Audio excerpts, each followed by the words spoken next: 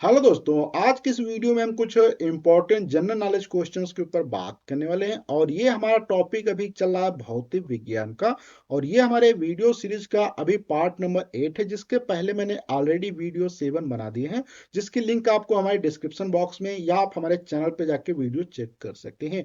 Video को start करने से पहले आप सभी लोगों से रिक्वेस्ट है कि अगर अभी तक आपने हमारे इस चैनल को सब्सक्राइब नहीं किया था तो प्लीज सब्सक्राइब कर लीजिए, साथ में बेल आइकन को प्रेस कर दीजिए, जिससे आपको हमारे हर एक नए वीडियो की नोटिफिकेशन सबसे पहले मिल सके। तो जैसे कि यहाँ पे आप देख सकते हैं, सबसे पहला क्वेश्चन दिया गया है, समुद्र के जल को किस प्रक्रिया द्वारा शुद्ध किया जा सकता है, अर्थात समुद्र का जो जल होता है उसको किस प्रकार से हम शुद्ध कर सकते हैं, पीने लायक बना सकते हैं। तो यहाँ पे अगर हम ऑप्शंस की बात करते हैं तो ऑप्शन ए दिया गया है आसवान विधि द्वारा होता है, या ऑप्शन यहाँ पे बी आपको देखने को मिलता है वाष्पन द्वारा कर सकते हैं, या ऑप्शन आपको सी मिलता है फिल्ट्रेशन द्वारा कर सकते हैं, या ऑप्शन यहाँ पे आपको डी देखने को मिलता है प्रवाही आसवन के द्वारा। तो यहाँ पे चार ऑप्शन है, जिसमें से करेक्ट आंसर की अगर हम बात करते हैं तो फर्स्ट जो है आसवन विधि द्वारा है, हम क्या कर सकते हैं, इसको पानी को शुद्ध कर सकते हैं, अपने समुद्र के पानी को। करेक्ट आंसर के बाद हम अगर थोड़ा सा इसको डिटेल से समझते हैं तो यहाँ पे आप देख सकते हैं इसका एक्सप्लेनेशन में क्या है कि जब क्या उत्क्रम परासरण विधि द्वारा समुद्र जल को क्या है शुद्ध जल में बदला जा सकता है, क्या है, और उत्क्रम परासरण या रिवर्स जो होती है हमारी ओस्मोसिस प्रोसेस को हम लोग क्या कहते हैं, या जल शोधन को, की एक तकनीकी है जो पीने के पानी से आयनों अथवा अवांछित अणुओं को क्या है बड़े कणों को हटाने के लिए प्रयुक्त होती है। इसके लिए एक अर्धपारगम्य झिल्ली का उपयोग किया जाता है, और जिसके उत्क्रम परासरण कराने के लिए परासरण दाब के विपरीत क्या है दिशा में एक बाह्य दाब लगाया जाता है। कहने का मतलब क्या, यहाँ पे एक अर्ध पारगम्य झिल्ली यूज की जाती है, जिसकी सहायता से हम लोग क्या कर सकते हैं, बहुत आसानी से पानी को जो अर्थात खराब पानी की अशुद्धियां जितनी भी उनको एक पास रह जाएंगी, शुद्ध पानी क्या दूसरी तरफ निकल जाता है। इस प्रकार से क्या है पानी को पीने योग्य बना सकते हैं अशुद्ध पानी से। अब हम यहाँ पे अगले क्वेश्चन की ओर बढ़ते हैं।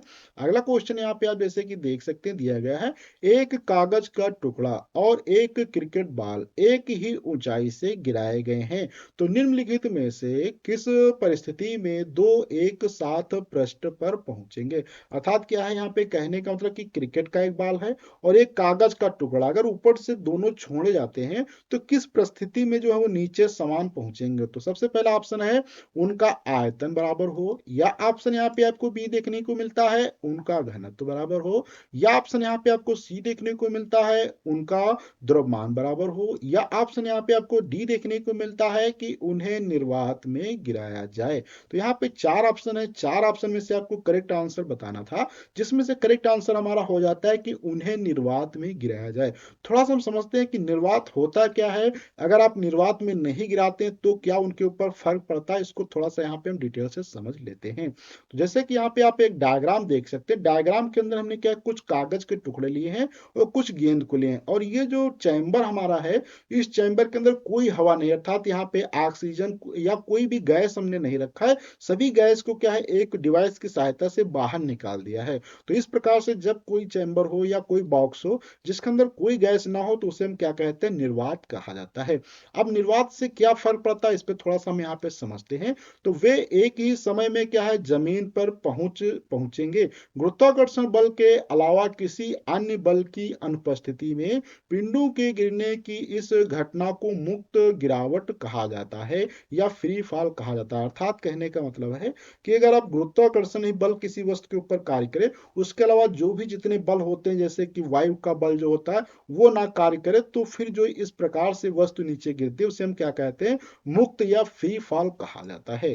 तो इस प्रकार से क्या वस्तु यहाँ पे समान वेग से ही गिरेंगी, क्योंकि यहाँ पे केवल गुरुत्वाकर्षण बल कार्य करता है, उसके अलावा जितने भी बल होते हैं वो सभी क्या है अनुपस्थित होते हैं। अब यहाँ पे हम क्वेश्चन नंबर 2 पे बात करते हैं, या क्वेश्चन 3 पे, कि स्टील से बनी गोलाकार गेंद को मरकरी के पात्र में डालने पर वह क्या होगा। आपको बताना है कि क्या मरकरी जो है पानी में डूब जाएगी, अर्थात मरकरी क्या है, या मरकरी के ऊपर जब आप रखेंगे स्टील का गेंद तो क्या वो इसके अंदर डूब जाएगा मरकरी के अंदर कि नहीं डूबेगा। या ऑप्शन आपको यहाँ पे बी बताना है कि मरकरी के पृष्ठीय सतह के ऊपर रहेगी। या ऑप्शन यहाँ पे आपको सी देखने को मिलेगा, असतः मरकरी में निमज्जित हो जाएगी, अर्थात क्या उसके साथ रिएक्शन कर जाएगी या उसके अंदर चली जाएगी। या ऑप्शन डी मिलता है मरकरी में घुल जाएगी। तो यहाँ पे चार ऑप्शन है जिसमें से करेक्ट आंसर आपको मिल जाता है मरकरी के पृष्ठ के ऊपर रहेगी। अर्थात तो आपने देखा कि अगर स्टील की एक हम गेंद लेते हैं, उसको अगर हम मरकरी के जो लिक्विड है, मरकरी क्या एक प्रकार से तरल जो है लिक्विड के तरीके से होता है। वैसे तो मरकरी आपने देखा होगा थर्मामीटर के अंदर जो कि बुखार वगैरह नापने के काम में आती है, उसमें आगे देखा होगा थोड़ा सा जो एक व्हाइट कलर से दिखाई देती है, वो क्या हमारी मरकरी होती है। और ये क्या एक लिक्विड के रूप में होती है। इसी प्रकार से अगर इस मरकरी को किसी एक बाउल के अंदर हम क्या करते हैं, अगर रख दें, वहां पे उसके ऊपर अगर हम स्टील का कोई एक बना गोलाकार गेंद रखें तो क्या वो गेंद उसी के ऊपर रहता है। इसका कारण क्या उसको हम थोड़ा सा यहाँ पे समझते हैं। जैसे कि यहाँ पे आप देख सकते हैं साइड में आपको फिगर में दिखाया गया है कि एक बाउल है, बाउल के अंदर मरकरी है, उसके ऊपर क्या हमने स्टील का एक जो है गेंद रखा हुआ। तो यहाँ पे क्या होता है, पारे का विशिष्ट गुरुत्व जो है 13.6 है और स्टील का लगभग 8 है। स्टील की गेंद के तरल पारे पर उसी प्रकार तैरती है जिस प्रकार लकड़ी पानी पर क्या है तैरती है। यह तरल को तब तक विस्थापित करता है जब तक कि रास्ते से बाहर धकेला गया तरल या वजन तैरती हुई वस्तु के बराबर ना हो जाए। अर्थात कहने का मतलब है कि यहाँ पे जो गुरुत्व है या जो विशिष्ट घनत्व होता है हमारे पारे का, वो ज्यादा होता है स्टील से। इस कारण से क्या स्टील ऊपर रह जाती है और जो हमारा पारा होता है वो नीचे रह जाता है। वही गेंद ले और उसे पानी में डालें तो क्या है, इसका आयतन पानी में इसके वजन के बराबर नहीं होता है। यह पत्थर की तरह डूब जाता है क्योंकि यह पानी से 8 गुना भारी होता है। पारे के कुंड में शुद्ध सोना नीचे तक डूब जाएगा। इसका भार पारे से प्रति घनत्व सेंटीमीटर अधिक होता है। वहीं पे कहने का मतलब है कि अगर हम सोने की या कोई दूसरी चीज रखते हैं अगर पारे के ऊपर तो क्या नीचे डूब जाती है। अब हम यहाँ पे थोड़ा सा और चीजों को समझते हैं, कुछ नए क्वेश्चंस पे बात करते हैं। तो यहाँ पे क्वेश्चन नंबर 4 दिया गया है कि वायुमंडल में जल वाष्प की मात्रा मापी जाती है, अर्थात कैसे मापी जाती है। तो ऑप्शन यहाँ पे ए देखने को मिलता है आर्द्रता के रूप में, और दूसरा ऑप्शन यहाँ पे आपको देखने को मिलता है बिंदु कों के रूप में। ऑप्शन सी आपको देखने को मिलता है धूम कोहरा के रूप में। या ऑप्शन यहाँ पे आपको डी देखने को मिलता है उपयुक्त सभी के। अर्थात कहने का मतलब है कि जो वायुमंडल में हवा उपस्थित होती है उसके अंदर जो पानी की बूंदें उपस्थित होती है उनको मेजर करने के लिए क्या शब्द यूज में किया जाता है। तो करेक्ट आंसर हो जाता है आर्द्रता के रूप में। अब हम यहाँ पे थोड़ा सा डिटेल से समझते हैं कि आर्द्रता क्या होती है। तो यहाँ पे करेक्ट आंसर की अगर हम बात करें तो साइड में पहले आप डायग्राम देख सकते हैं जिसमें क्या हवा है, हवा के अंदर कुछ पानी की बूंद उपस्थित है। तो यहाँ पे अगर आर्द्रता वायु में जल वाष्प की मात्रा का एक माप है होती है। वायु में उपस्थित जल वाष्प की मात्रा को आर्द्रता कहते हैं। वायुमंडल में जल वाष्प का अनुपात 0 से 4% तक पाया जाता है।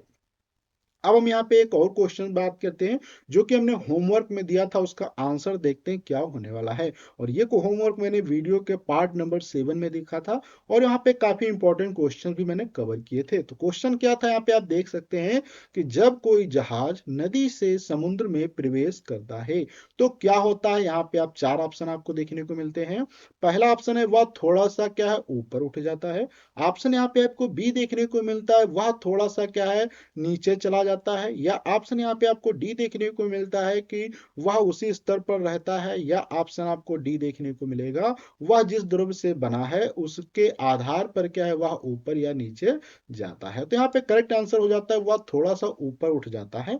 तो क्यों उठ जाता है, जब एक जहाज नदी से समुद्र के अंदर जाता है तो क्यों ऊपर उठता है, इसको थोड़ा सा हम यहाँ पे एक्सप्लेन करने की कोशिश करते हैं। तो यहाँ पे एक्सप्लेनेशन आप देख सकते हैं कि जब नाव नदी से समुद्र में प्रवेश करता है तो क्या है वह ऊपर उठ जाता है, क्योंकि समुद्र के जल में विभिन्न प्रकार के लवण घुले हुए होते हैं, जिससे समुद्र के जल का घनत्व नदी के जल से क्या है अधिक होता है, जिसके कारण उत्प्लवक बल का मान जो है अधिक हो जाता है, और यह बल क्या है नाव को ऊपर उठा देता है।